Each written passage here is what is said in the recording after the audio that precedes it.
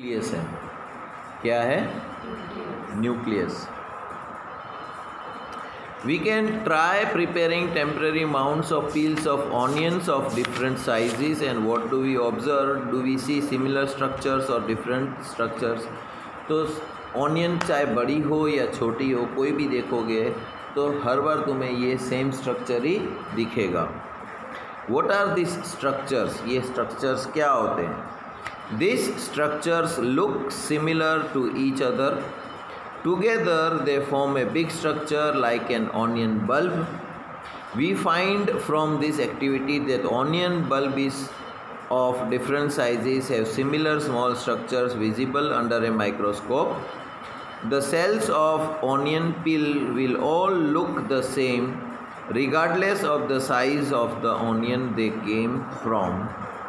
These small structures that we see are the basic building units of the onion bulb. These structures are called the cells.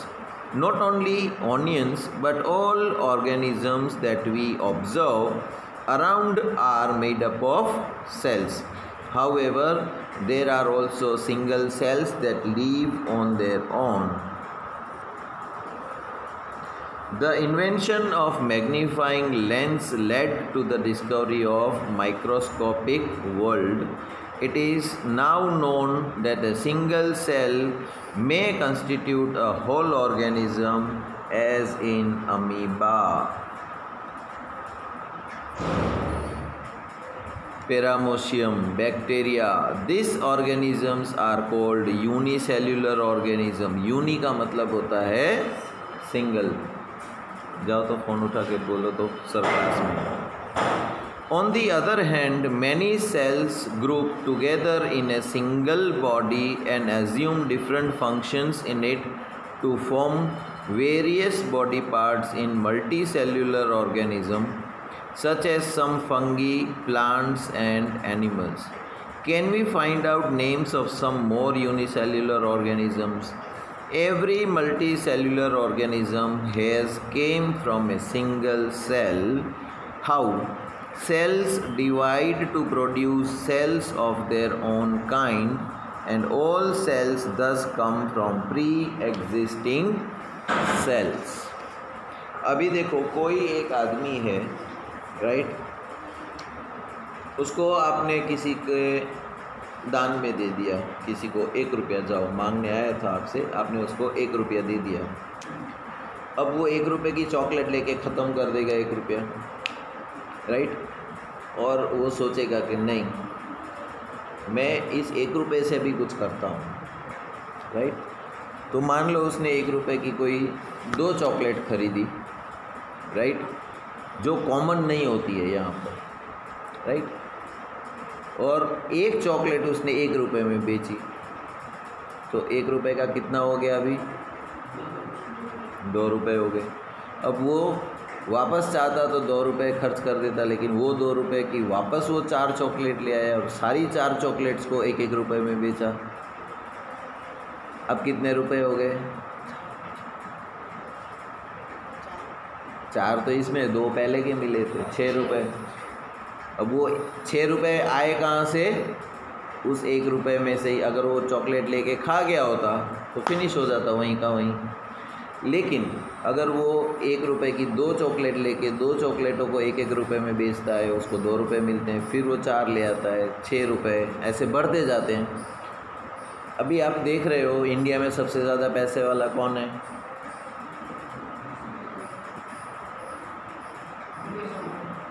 कितना पैसा होगा उसके पास? मान लो जितना भी हो, राइट? वो पैसे उसके फादर जो थे, राइट? उसके फादर जो थे, ये स्टोरी इसीलिए समझा रहा हूँ मैं, उसके फादर जॉब करते थे बाहर की कंट्री में। क्या काम करते थे? पेट्रोल भरने का। हम लोग पेट्रोल भरवाने जाते हैं ना, तो पेट्रोल भर देता है हमको, उसको सैलरी मिलती होगी कुछ 4 या 5 हज़ार रुपये, है ना? तो वो पेट्रोल भरता था बाहर की कंट्री में। ये लोग बच्चे थे, यहाँ पर गांव में रहते थे, तो वहाँ से उसको जो पैसे मिले राइट।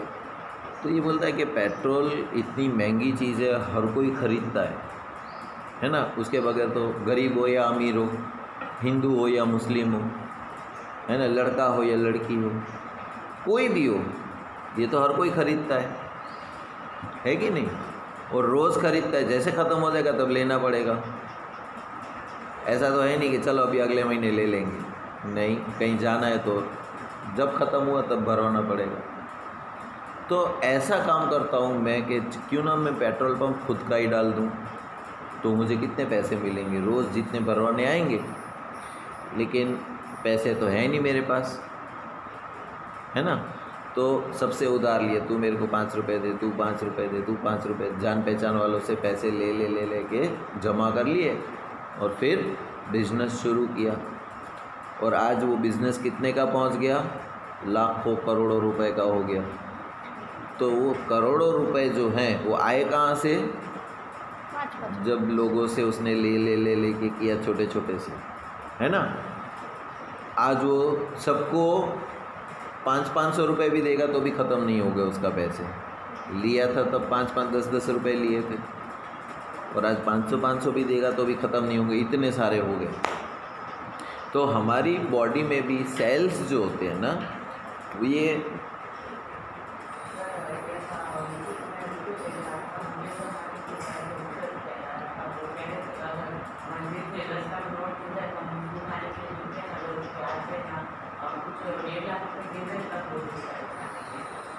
क्या होता है वो,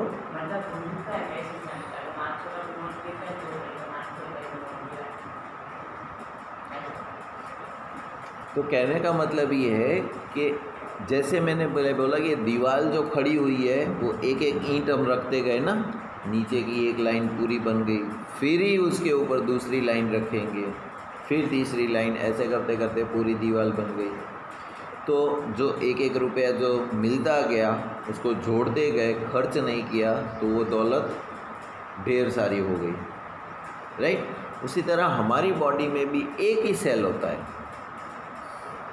एक ही सेल होता है, 1 में से 2, 2 में से 4, 4 में से 8, 8 में से 16, ऐसे डबल डबल डबल डबल होते जाते हैं। और जो पुराने सेल होते हैं डेड हो जाते हैं, वो निकल जाते हैं, उसकी जगह नए आ जाते हैं, राइट।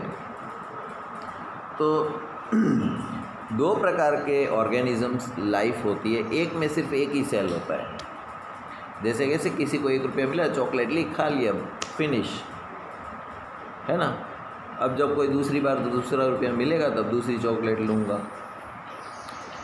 और कुछ ऑर्गेनिजम्स होते हैं मल्टी सेल्यूलर, जिसमें बहुत सारे सेल्स होते हैं। तो आल्गे, फंगी, बैक्टीरिया, ये सब सिंगल सेल वाले होते हैं। अमीबा, उसमें एक ही सेल होता है। हमारी बॉडी में देखो, आँख देखने का काम करती है, दिमाग सोचने का काम करता है, पेट डाइजेशन का काम करता है, राइट, कान सुनने का काम करते हैं। तो हर एक जना अपना अपना काम करते हैं और सबके अलग अलग सेल्स है। कान का शेप देखो अलग है, उसके सेल्स अलग होंगे। नाक का काम है सूंघने का, सूंघने के लिए कान के पास यहाँ नहीं रखेंगे, परफ्यूम देख तो कैसा है। तो ये सेल जो काम करते हैं वो ये सेल काम नहीं कर सकते, जो ये सेल काम कर सकते हैं वो ये सेल काम नहीं कर सकते। तो सबका अलग अलग फंक्शन है, लेकिन यूनिसेल्यूलर में तो एक ही सेल है, राइट। वो एक ही सेल सोचने का भी काम करेगा, खाने का भी काम करेगा, डाइजेशन का भी काम करेगा, टच करने का भी काम करेगा, सब कुछ वही करेगा। जैसे कोई एक टीचर होता है जो सारे सब्जेक्ट पढ़ा देता है आपको। जब आप ट्यूशन में जाते हो तो ट्यूशन टीचर क्या है, आपको हिंदी भी वही पढ़ाएगी, साइंस भी वही पढ़ाएगी, मैथ्स भी वही पढ़ाएगी। और यहाँ पर हर एक टीचर एक एक सब्जेक्ट के लिए आती है, अलग अलग। कॉमन एग्जाम्पल है ना ये, कि वो एक टीचर तुम्हें सब कुछ पढ़ा देती है 1 घंटे में ही। और यहाँ पर आप स्कूल आते हो 4-5 घंटे यूनिफॉर्म पहन के, लंच बॉक्स लेके, घर से दूर यहाँ तक इतना पूरा बुक्स लेके आते हो, और हर 1 घंटे बाद हर एक टीचर आती है ना। और ट्यूशन में 1 घंटे में एक ही टीचर सारे सब्जेक्ट, आज ये करवा दिया, कल वो करवा दिया, आज ये करवा दिया, कल वो कर, 8 दिन में तुम्हारा कोर्स फिनिश। जितना कोर्स स्कूल में टीचर चलाती है जितने टाइम में, उसके हाफ टाइम में तो ट्यूशन टीचर आपको पढ़ा देती है ना। और एग्ज़ाम आती है तो कोर्स कंप्लीट होता है आपका, है कि नहीं? तो वो कैसे काम करती है टीचर? सारे सब्जेक्ट का उसको आता होगा तब ना, कि भाई कान को बोले अभी थोड़ा सूंघ के बता मेरे को, तो कान सूंघने का भी काम करेगा। अभी मेरे हाथ में दर्द है, कान को बोलेगा तू बोल के दिखा दे, तो कान में से आवाज़ निकलेगी। ऐसा होगा कभी? नहीं, सबकी लिमिटेशन है, सब अपना अपना काम करते हैं। तो ये सारे सेल्स जो हैं उनका स्ट्रक्चर अलग है, राइट, उसका काम अलग है। आपने देखा कभी कोई कड़िया काम करता है रोड के ऊपर, या मैकेनिक गाड़ी रिपेयर करने का काम करता है, एकदम वाइट कलर का शर्ट टाई वाई लगा के जाएगा?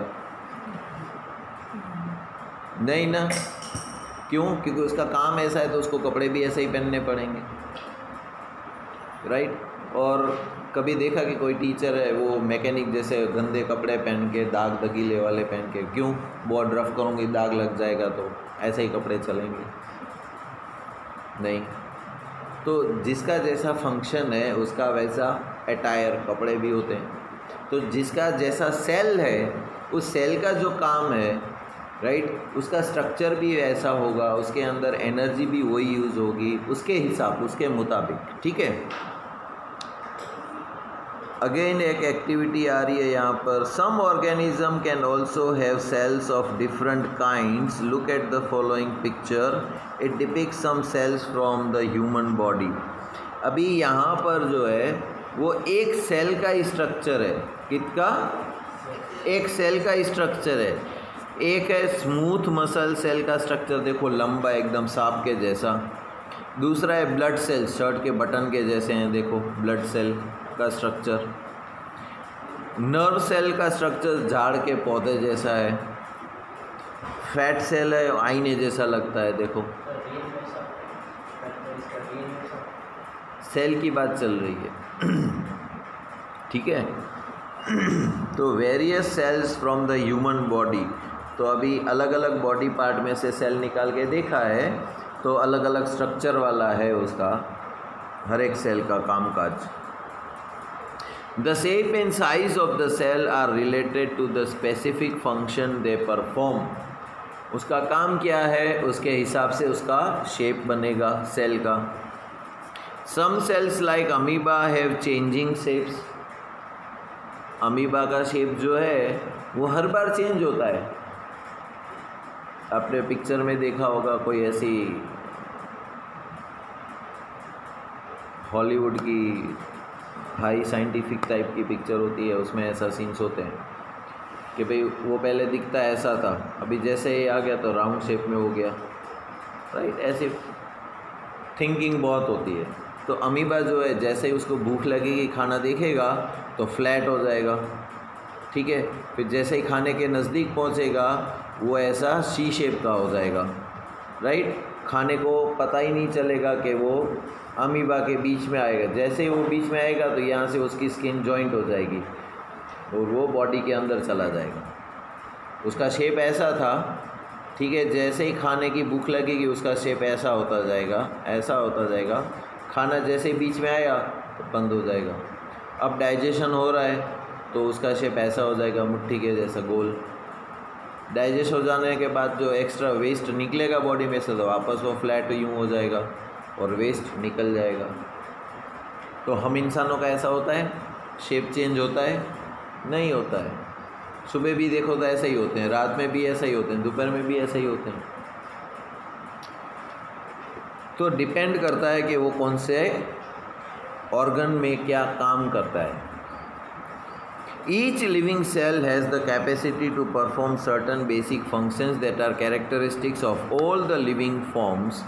And how does a living cell perform these basic functions? We know that there is a division of labor in multicellular organisms such as human beings. This means that different parts of the human body perform different functions. The human body has a heart to pump the blood, stomach to digest the food. Similarly, division of labor is also seen within the single cell. In fact, each such cell has got certain specific components within it known as the cell organelles.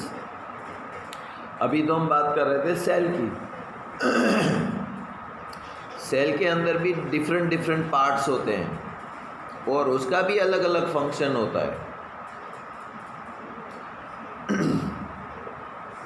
जैसे मान लो कोई family में कोई कपड़े का रंग करने का काम करते हैं, तो बाहर से मोटा मोटा कर कोई पूछेंगे ये फैमिली क्या काम करती है, तो ये फैमिली रंग रोगन का काम करती है, कपड़ों का। ठीक है, तो ये एक सेल की बात हो गई कि ये लोग रंगने का काम करते हैं। अभी रंगने का काम भी क्या है, अलग अलग डिवीज़न में फैला हुआ है कि एक बार पेंसिल से डिज़ाइन कपड़े के ऊपर बना देंगे, ठीक है। दूसरा जो है वो कपड़े को पकड़ के उसके ऊपर धागा लपेट देगा। तीसरा जो है वो कलर मिक्स करेगा, गरम करेगा। चौथा जो है फैमिली मेम्बर वो उसमें डुबोएगा, राइट। चौथा उसको सुखा के आएगा। जब सूख जाएगा तो जो धागे लपेटे थे वो सब धागे खोल लेंगे, तो उसके ऊपर कलर नहीं चढ़ा होगा। तो जब धागे सब खुल जाएंगे तो कपड़े के ऊपर पैटर्न आ जाएगी। तो डिवीज़न ऑफ लेबर का मतलब क्या होगा, कोई कुछ काम करता है, कोई कुछ काम करता है, कोई कुछ काम करता है, और फाइनल प्रोडक्ट तैयार होता है। जैसे कोई मकान बना रहा है तो एक जना जो है वो पत्थर होता है उसको काटने का ही काम करता है, अच्छे से काट के देगा। दूसरा वो सीमेंट के ऊपर लगाने का ही काम करेगा। तीसरा है वो वहाँ से ला के देगा, मजदूरी वहाँ दूर पड़ा होगा वहाँ पे लाके इसको दे देगा, हर बार उसको लाके देता जाएगा। चौथा जो है ना वो सीमेंट, मिट्टी और पानी मिक्स करता जाता है और इसको देता जाता है, सीमेंट तैयार कर। तो एक मास्टर जो होता है वो क्या करता है, सिर्फ मटेरियल लगाता है, ब्लॉक लगाता है, मटेरियल लगाता है, ब्लॉक, मजदूरी काम नहीं करता है, क्योंकि उसको ये काम परफेक्ट आता है। दूसरा जो है इसको ये काम नहीं आता है, इसलिए वो उठा के ला के देगा और कुछ नहीं करेगा, भाई खड़ा रहेगा जब तक वो लगाएगा, फिर ख़त्म होगा तो फिर ला के दे देगा, फिर खड़ा रहेगा यूँ। तो ये हो गया डिवीज़न ऑफ लेबर। सब लोग अपना अपना काम करते देते हैं और शाम को जब आप जाके देखते हो तो आपकी पूरी दीवार बन गई होती है। अब इस दीवार में कितने जनों ने काम किया, एक मास्टर ने जो लगाने का, एक मज़दूर ने, और दूसरा जो बाहर से लेके आया था। कितने जने इन्वॉल्व हैं इसने में। तो हमारी बॉडी का जो सेल जो होता है वो भी काम ऐसे ही करता है कि देखने का काम है, तो आँख के भी अलग अलग पार्ट्स हैं। हम बोलते हैं ना ये मेरी आँख है, लेकिन आँख के भी कितने पार्ट्स हैं, देखा है आपने कभी गौर से। एक राउंड शेप काला है, उसके अंदर भी एक छोटा सा राउंड शेप का है, और उसके आजू बाजू में एकदम फूल के जैसे ही डिज़ाइन होगी। देखना कभी अपनी आँख या अपने फ्रेंड की आँख देखना, ऑब्ज़र्व करना, मस्ती नहीं कर रहा हूँ, हंसने की बात नहीं है। और ये जो राउंड शेप है वो एक वाइट कलर के उसमें चिपकी हुई है, और जो ये वाइट कलर की है बैकग्राउंड, उसमें लाल कलर के छोटे छोटे ट्यूब्स पड़े हैं।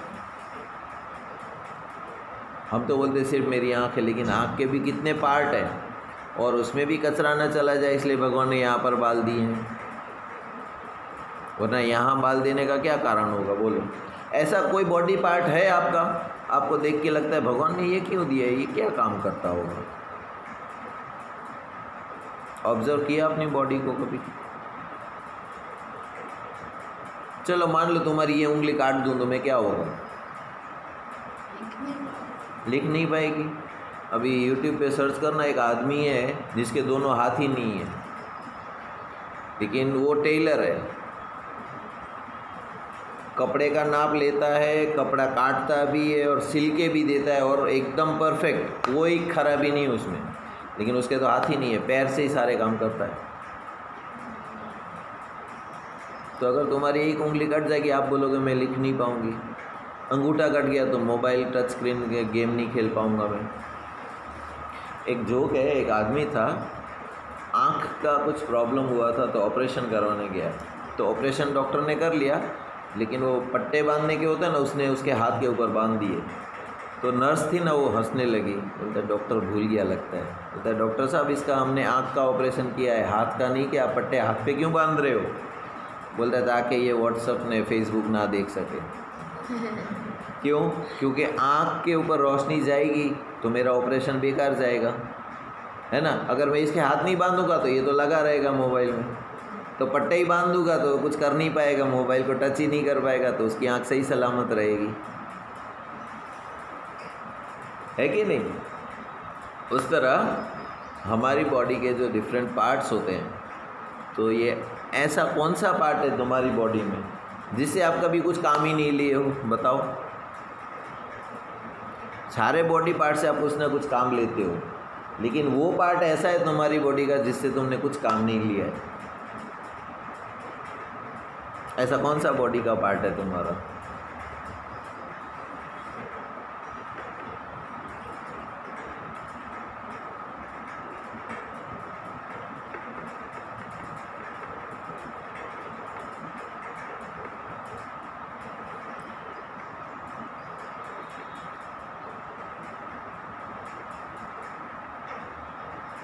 सोचो,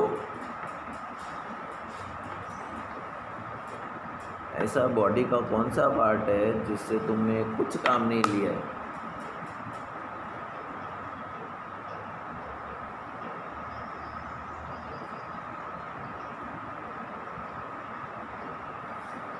नहीं मालूम?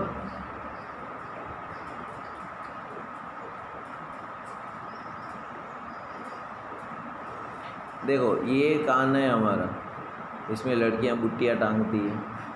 ये वाला है, उसके ऊपर चश्मे रखते हैं, ठीक है। नाक है तो नथनी डालते हैं लड़कियां, राइट। ये वाला जो है, ये कहाँ काम आता है हमें? ये तो चलो आँख में कचरा जाने नहीं देगा। अब अगर ये ना देते भगवान, तो इसका क्या काम है? क्यों?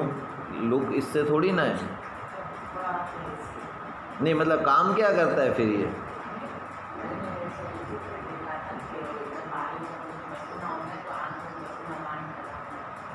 सही बात है। तो हर एक, देखो इसका भी आपको किसी को पता नहीं था, इसका क्या काम है कि जब पसीना आता है हमको, है ना, तो पसीना जैसे ही यहाँ आएगा तो ये बाल में फंस के यहाँ से उतर जाएगा, आँख में नहीं जाएगा पसीना, ठीक है। अभी पैर की उंगली, लास्ट उंगली है, उसका क्या काम है? अंगूठा और उसके बाजू की उंगली तो चप्पल पकड़ने में काम आती है। पैर का अंगूठा और पहली उंगली बीच में चप्पल में फंसा देते हैं, चलने में काम आती है, ठीक है। बाकी की लास्ट 3 उंगलियां क्या काम करती है? चलने में। तीनों तो चलो जाने दो, लास्ट उंगली, ये उंगली है। आप स्कूल में भी होते तो बोलते हो मैं तो समझ में आते इसका काम है, ये तो लिखने में काम आती है, राइट। इसका भी काम है सिग्नल देने का। लेकिन पैर की लास्ट उंगली से क्या काम लिया आपने आज तक, ये बताओ मेरे को। लड़कियां तो फिर भी नेल पॉलिश लगाने में काम आती है, लेकिन लड़कों को लास्ट उंगली पैर की कहीं पर काम आती है क्या? कोई भी काम लिया आपने, ये तो चला आपने बोल दिया आँख का पसीना, वो क्या काम करेगी?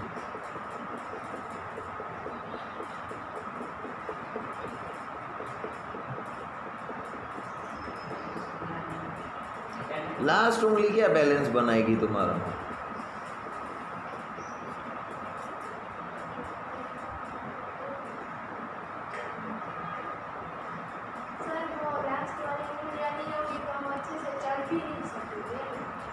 किसी किसी के आपने देखे हैं ना, नहीं होती है उंगली, एक्स्ट्रा होती है, किसी की तो एक्स्ट्रा होती है।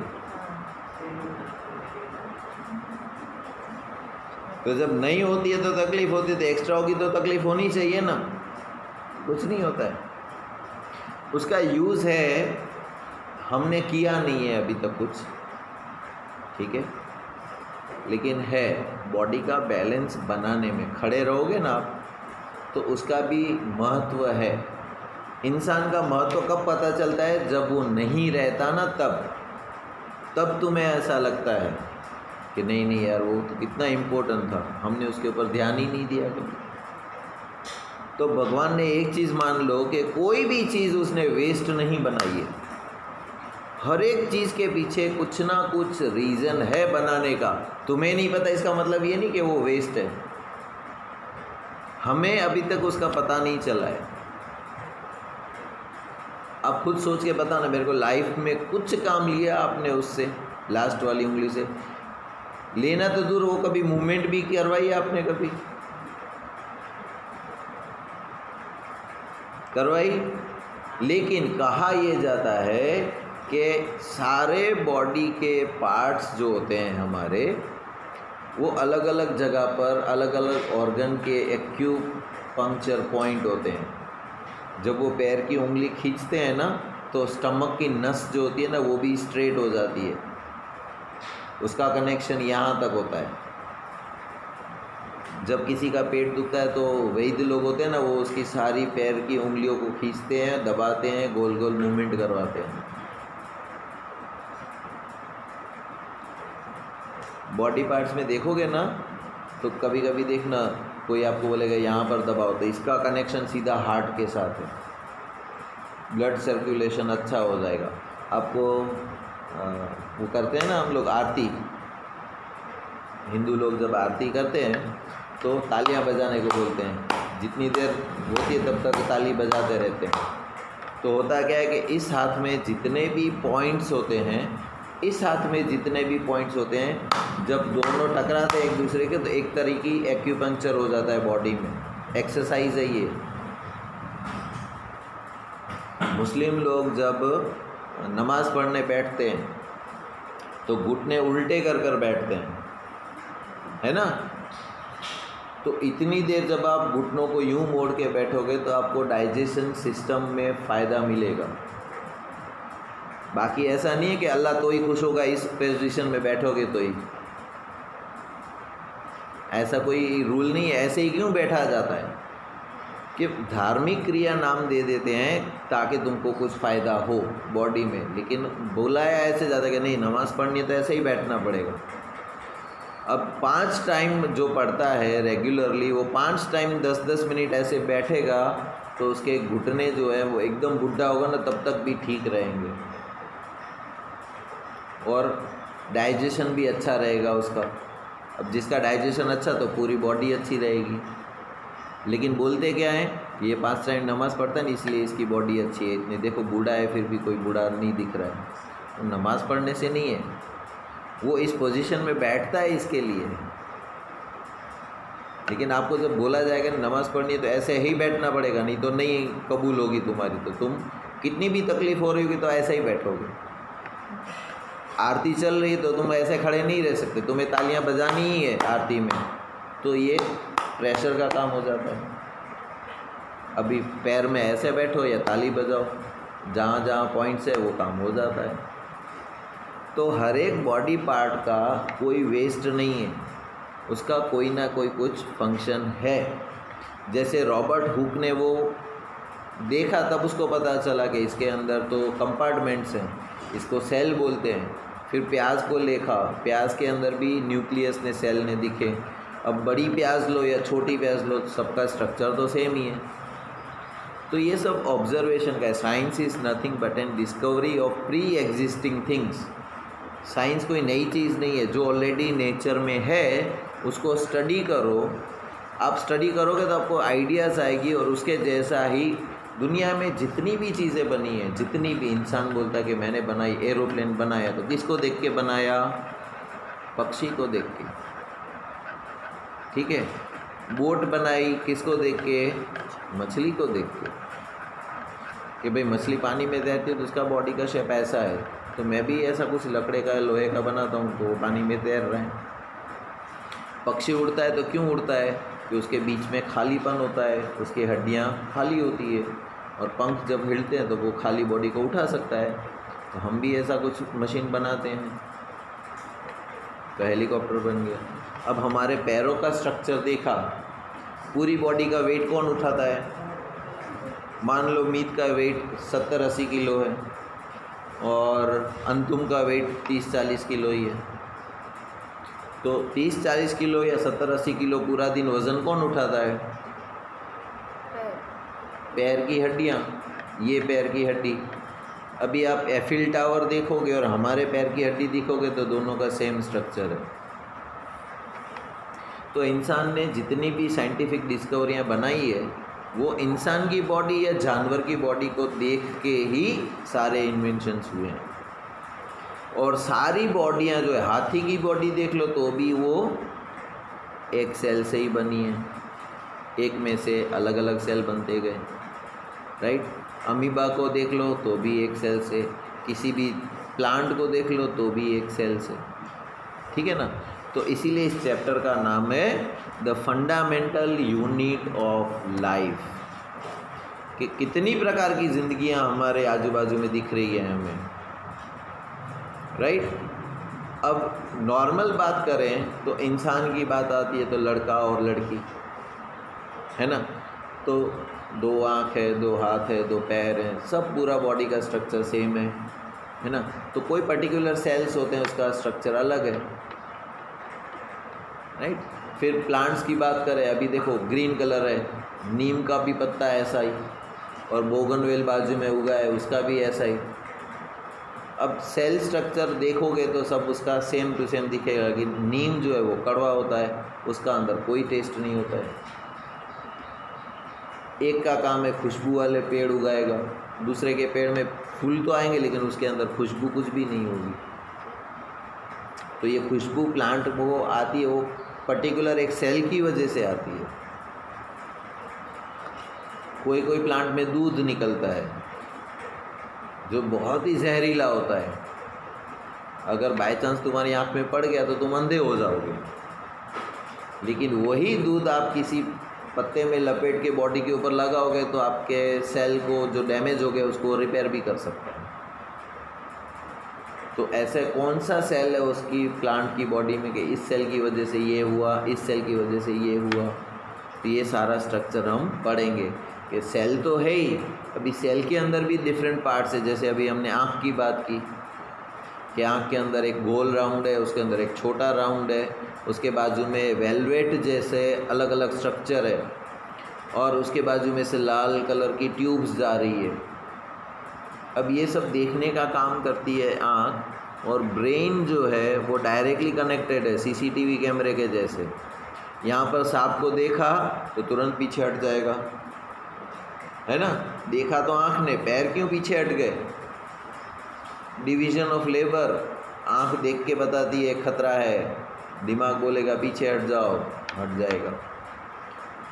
कोई तुम्हारा बेस्ट फ्रेंड जैसा बहुत सालों बाद दिखता है तुम्हें, उसका ध्यान भी नहीं है ना, उसको देख के जो तुम्हारे अंदर अचानक से फीलिंग आती है, जोर से दौड़ते हो उसकी तरफ, आँख उसकी बंद कर देते हो पीछे से, बताओ मैं कौन हूँ। वो बेचारा सोचता रहेगा कौन होगा कौन होगा, गैस ही नहीं कर पाएगा कि इतने सालों बाद मेरा पुराना कोई फ्रेंड मेरे को मिलेगा। तो ये सब क्या है, हमारे अलग अलग बॉडी के सेल्स जो है वो ब्रेन को सिग्नल देते हैं और उसके हिसाब से हम काम करते हैं। तो अभी देखो, चीज़ देखी आपने, सांप देखी तो ब्रेन ने कैसे सिग्नल दिया कि पीछे हट जाओ खतरा है, और बरसों पुराना कोई फ्रेंड दिख रहा है तुम्हें तो जाके लिपट जाते हो उससे, राइट। तो this are all the functions of the cell. और सेल के अंदर दूसरे दूसरे ऑर्गेनल्स जुड़े हैं, वो अलग अलग चीज़ें सीक्रेट करते रहते हैं। जब तुम्हें भूख लगती है तो पेट एक किस्म का सॉल्यूशन सीक्रेट करता है, जब आपके अंदर खाना डाल दिया तो पेट में से दूसरे किस्म का लिक्विड उसमें डिज़ोल्व होने लगेगा कि तुम्हारा डाइजेशन शुरू हो जाएगा। जब डाइजेशन हो जाएगा तो पेट में से तीसरे किस्म का सॉल्यूशन उसमें मिलेगा, ताकि जो खाना पच गया उसमें से एनर्जी निकालने का काम करेगा। ये ख़त्म हो जाएगा तो नए किस्म का सॉल्यूशन उसमें ऐड होगा कि वो कचरा बाहर फेंक दिया जाएगा बॉडी में से, राइट। तो हर एक स्टेज के ऊपर हर एक सेल अपना अपना जिम्मेदारी से अपना अपना काम करता है, इसीलिए हमारी बॉडी जो है वो वेल फंक्शन होती है। जब हम बीमार पड़ते हैं तब होता है क्या है कि सेल का जो नॉर्मल फंक्शन होता है वो काम करना बंद कर देता है, जिसकी वजह से हमें बॉडी में तकलीफ़ शुरू हो जाती है। जब हम डॉक्टर के पास जाते हैं वो दवाई देता है, वो दवाई की वजह से जो खराबी आ गई थी बॉडी में वो वापस नॉर्मल हो गई तो वापस पहले जैसे हो गई, राइट। तो ये सारा झमेला जो है पूरी बॉडी का, हाथी हो या मच्छर हो, सबकी बॉडी के फंक्शंस वही रहती है। उसको भी भूख लगती है वो भी खाना डाइजेस्ट करता है, और खाना डाइजेस्ट करने के बाद उसमें से भी खून बनता है ना। मच्छर भी खाना खाएगा, क्या खाएगा मच्छर?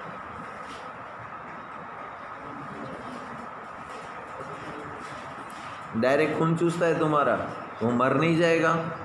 कमलेश का खून है बी पॉजिटिव, इसका खून है ए पॉजिटिव, इसका खून है बी नेगेटिव। वो ऐसा थोड़ी ना मैं सिर्फ बी पॉजिटिव ही पीऊँगा, वो तो किसी की बॉडी में से खून पिएगा तो वो नहीं मरता है। तुम्हारी एक दूसरे की बॉडी में खून गया तो आप मर जाओगे। तो सोचो भगवान ने इसको कैसा दिए रखा है। अभी तुम्हारी आँख, आप देखो, मस्त बात बताऊँ तो आप रात में अंधेरे में जाओ, आप देख पाओगे कंप्लीट अंधेरा होता है तो नहीं देख पाते ना। लेकिन कंप्लीट अंधेरा होगा ना तो चूहे लोग जो होते हैं ना, चूहे, उन कॉकरोच जो होते हैं, उनको सब कुछ साफ क्लियर दिखता है अंधेरे में। तो भगवान ने उसको ऐसी आँख क्यों दी? उसको क्या ज़रूरत थी ऐसी आँख देने की? हमें दे दी तो कितना फ़ायदा होता कि रात में भी लाइट की ज़रूरत नहीं, कितना भी अंधेरा हो सब कुछ साफ दिखे हमें ऐसा तो। लेकिन आप वीडियोस देखना माउस को पकड़ने के, है ना, रात के अंधेरे में भी चूहे लोग, किसी, हम लोग कैसे नॉर्मली घूमते हैं वैसे ही घूमते हैं, ऐसे नहीं कि कभी इसमें टकराया कभी उसमें टकराया। तो भगवान ने उसको ऐसी आँख क्यों दी है कि वो अंधेरे में भी सब कुछ क्लियरली देख सकते हैं। रात में कभी देखना, रोड के ऊपर गाय जा रही होगी ना और आपकी गाड़ी की लाइट पड़ेगी तो उसकी आँख कैसे चमकने लगती है, डॉग की आँख कैसे चमकने लगती है, शेर की आँख कैसे चमकने, हम इंसानों की आँख नहीं चमकती है ऐसे। तो भगवान ने जानवरों को बहुत सी खूबियाँ दी हैं, हमको इतनी सारी नहीं दी है। आँख तो आँख ही है, देखने का ही काम करेगी ना। तो हमें अलग किस्म की दी, दूसरों को अलग किस्म की दी है। घोड़े को तो साइड में दी है लेकिन दिखता सामने का है उसको। घोड़े की आँख कहाँ होती है? साइड में होती है ना दोनों, लेकिन वो देखता तो सामने सीधा है। हमारी आंखें दोनों सामने हैं, तो हमें साइड का देखना हो तो ज़्यादा से ज़्यादा यहाँ तक दिखेगा। लेकिन घोड़े की आँख साइड में होती है तो उसको पूरा 180 का दिखता है। कभी देखा घोड़ा कभी टकराया किसी चीज़ से? और आउल जो होता है वो अपनी पूरी गर्दन उल्टी कर सकता है, पता है ना। उल्लू जो होता है उसकी नेक जो है ना पूरी ऐसे घूम सकती है, पूरी की पीछे हो सकती है, हमारी बॉडी ऐसे पड़ी रहेगी, गर्दन पूरी घूम सकती है। उसको क्या ज़रूरत थी? हमें देते तो कितना फ़ायदा होता। सड़क के ऊपर ड्राइविंग कर रहे हैं तो गर्दन घुमा के देख ली पीछे क्या आ रहा है। चलो आगे जो जो अलग अलग पार्ट आएंगे सेल के अंदर और वो क्या क्या काम करेंगे वो हम कल पढ़ेंगे। तब तक के लिए good bye, take care, very good.